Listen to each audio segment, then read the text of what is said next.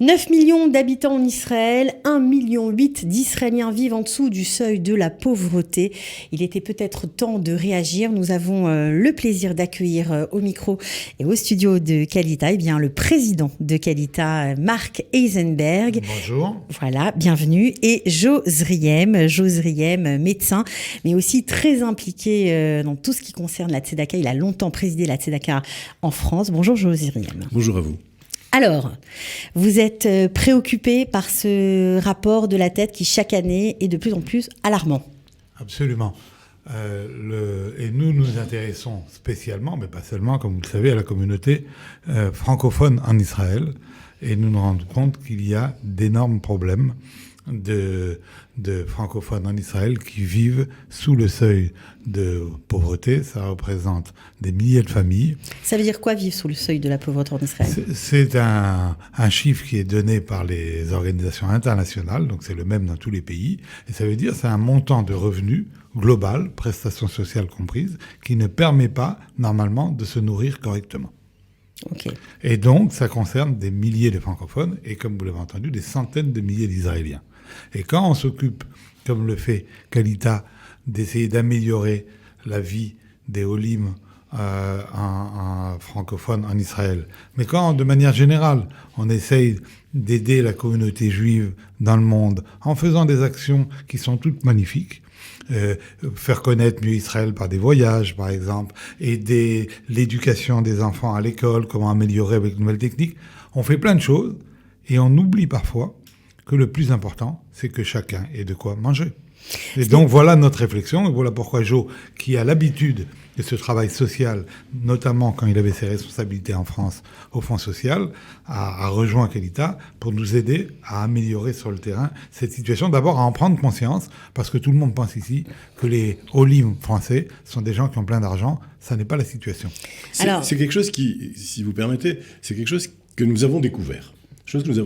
Nous en avions plus ou moins la sensation, mais c'est quelque chose que nous avons découvert. En créant Kalita, nous ne pensions pas être impactés aussi violemment et aussi fortement par les problèmes sociaux. Oui, et nous avons été sollicités. C'est important de le préciser parce qu'au début, l'objectif de Kalita n'était pas de s'occuper du social. L'objectif de Kalita était de faire mieux entendre la voix des associations francophones envers les différents ministères pour avoir des budgets pour aider les Olim. Mais on espérait que c'était plus pour l'éducation, pour améliorer l'habitation, pour le travail.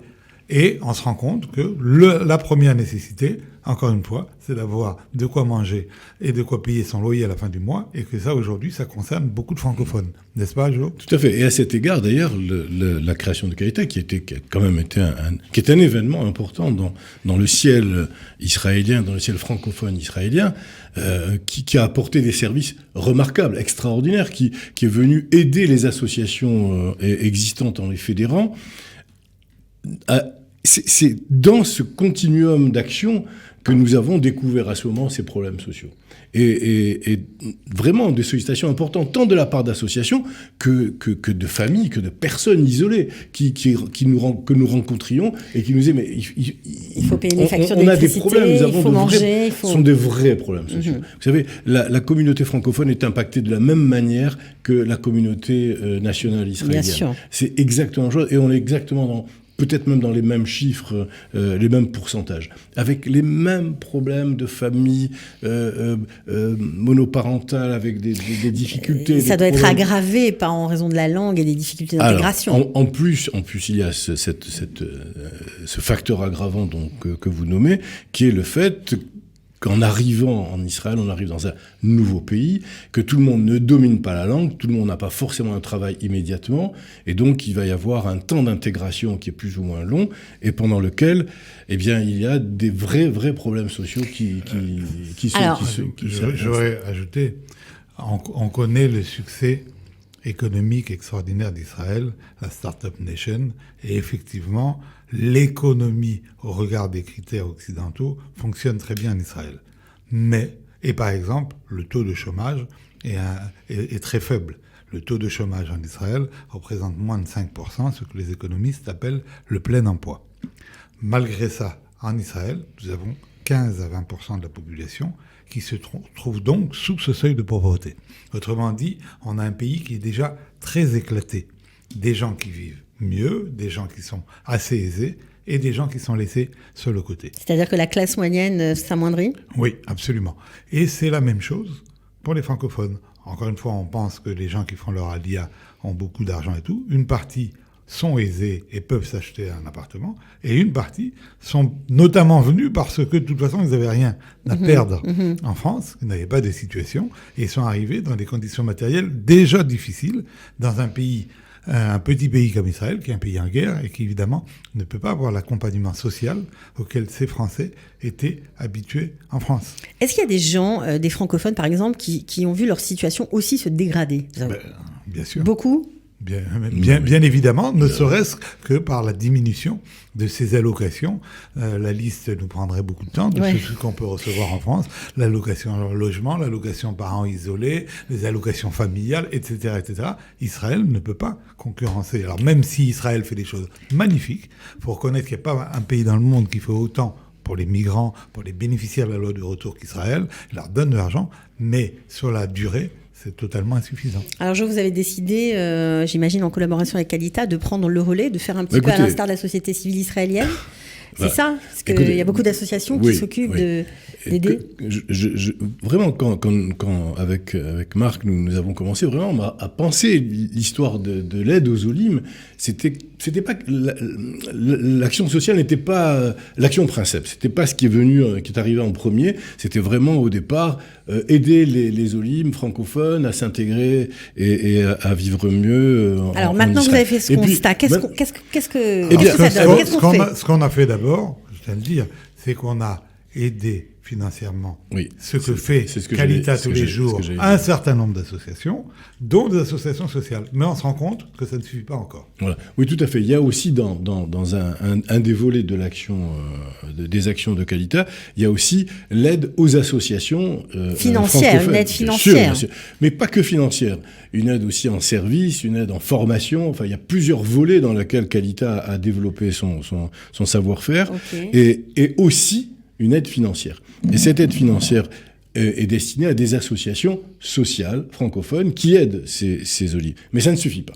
Ça ne suffit pas, et compte tenu du grand nombre de ces personnes qui sont vraiment dans de grandes difficultés, nous avons réfléchi à comment essayer de travailler un peu plus activement, et donc avec Marc m'a demandé de prendre la responsabilité, la présence d'Israël Tzedaka, qui sera un organisme qui va aller un peu plus loin dans l'aide aux Olim par la création d'un fonds, d'un recueil d'argent pour aider ces personnes qui vivent très mal. D'accord, donc c'est pas simplement une opération, c'est vraiment quelque chose qui s'inscrit dans la durée. C'est une prise de conscience réelle et surtout un engagement que nous avons aujourd'hui, et Marc l'a dit et l'a répété, et c'est un engagement véritable sur la durée, car nous ne pouvons pas aujourd'hui laisser nos frères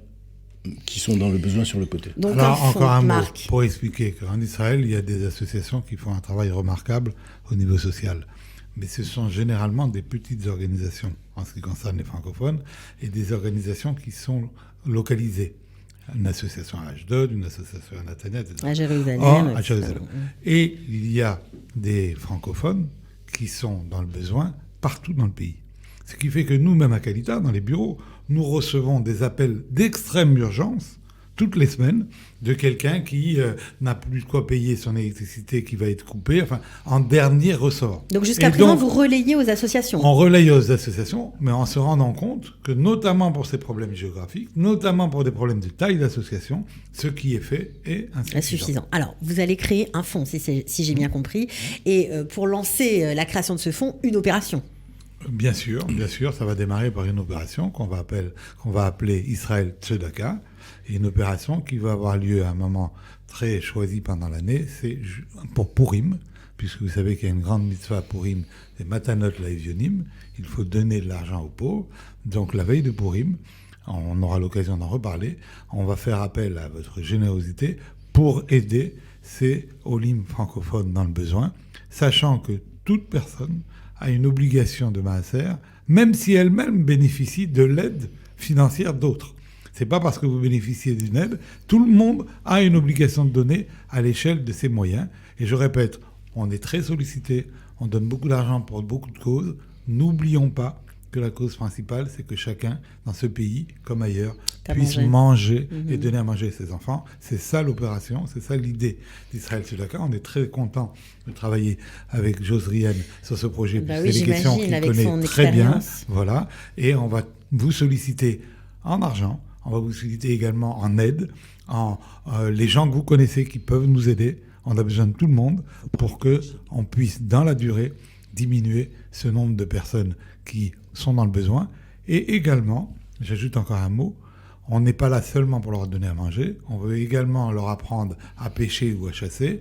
Kalita fait un certain nombre d'actions, notamment sur le plan de l'emploi, pour aider les francophones de s'insérer dans le monde du travail. Et le fait d'être en contact avec ces familles, avec l'aide des associations pour cette opération, nous permettra non seulement de les aider matériellement, mais également de leur donner accès à un certain nombre de services pour leur changer leur vie demain. Okay. Et ça, c'est très important. C'est-à-dire que au-delà de la distribution d'argent ou c'est prévu.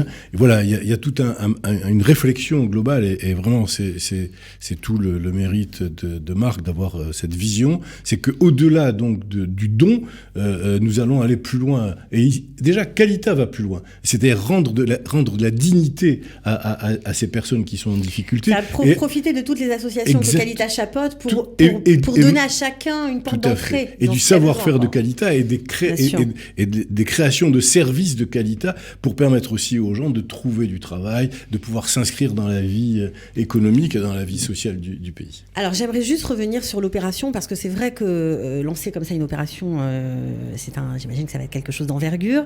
Qu'est-ce qui va se passer ? Est-ce que vous avez déjà des objectifs de collecte ? Est-ce que il est un peu tôt pour qu'on vous donne des objectifs de collecte, même si nous avons des objectifs en tête assez clairs.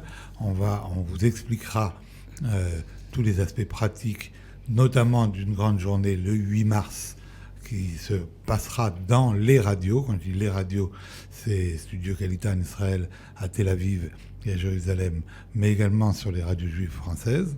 On aura l'occasion de détailler ces process. L'important aujourd'hui, c'est que vous ayez entendu le message, qu'il se pose un problème spécifique pour les Olim francophones qui sont dans le besoin. Pourquoi un problème spécifique ? Parce que pour des raisons politiques, les Français sont moins aidés par les ministères israéliens que d'autres Olim. On sait très bien qu'il n'y avait pas une voix rassemblée jusqu'à présent. Parce que les Russes sont nombreux, c'est 1 million de personnes qui sont venues. Et organisées. Et donc ils ont un ministère qui traditionnellement leur est dévoué, qui est le ministère de l'intégration et de l'Aliyah, et ils reçoivent beaucoup d'argent. Ouais. Les Américains ont passé un accord avec le gouvernement israélien il y a déjà des années et avec le KKL, notamment pour subventionner leur association Nefesh Benefesh, et ils ont beaucoup d'argent. Et les francophones. Et les francophones sont un peu à la traîne, mais ça va changer. On espère que ça va changer. On travaille tous les jours pour que ça change, mais en attendant, on a besoin de faire nous-mêmes, d'abord, les efforts maximum pour corriger la situation. Vous avez raison, juste là-dessus, en disant qu'à Kalita, nous sommes nous avons beaucoup travaillé, nous sommes beaucoup engagés dans ce travail auprès des ministères, auprès des pouvoirs publics, pour que les francophones puissent bénéficier un petit peu de ces aides. Mais c'est très très compliqué, et vraiment, il faut rendre hommage ici à toute l'équipe de Kalita, qui fait un travail de lobbying remarquable, et dont on espère, ça a commencé déjà à avoir des fruits, mais je pense que ça ira un peu plus loin. Mais c'est un travail énorme. Dans ce travail, juste pour le détail à le rappeler, on a été plus efficace, mais c'est important, pour les reconnaissances de diplômes, comme celle célèbre des pharmaciens et des dentistes, que pour l'obtention de budgets spécifiques pour les Olim, même si nous commençons à avoir des résultats, et notamment, on pourrait remercier le maire de Jérusalem, dont l'aide à Kalita a beaucoup augmenté cette année. Les gens et les pouvoirs publics commencent à prendre conscience mais il y a encore un grand chemin, et on a encore une fois beaucoup de récents Israéliens d'Olim qui sont montés, qui ont besoin de nous. Il faut qu'on les aide. Voilà, donc vous n'êtes pas tout seul, on vous donne tous rendez-vous le 8 mars pour cette opération Tzedaka Israël. By Kalita, on peut le rajouter ? Oui, bien sûr. Alors on le rajoute. On vous souhaite bonne chance. J'espère qu'il y aura un matching comme c'est souvent on aura l'occasion d'en reparler. On en reparlera. En tout cas, il y aura plein de. En tout cas, c'est une belle aventure dans laquelle nous nous lançons.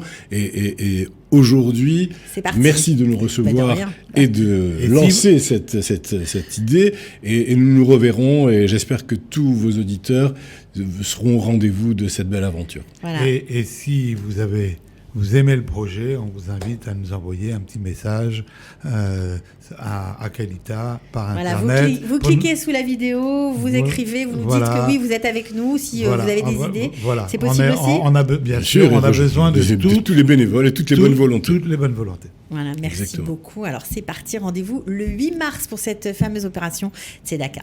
Merci à vous.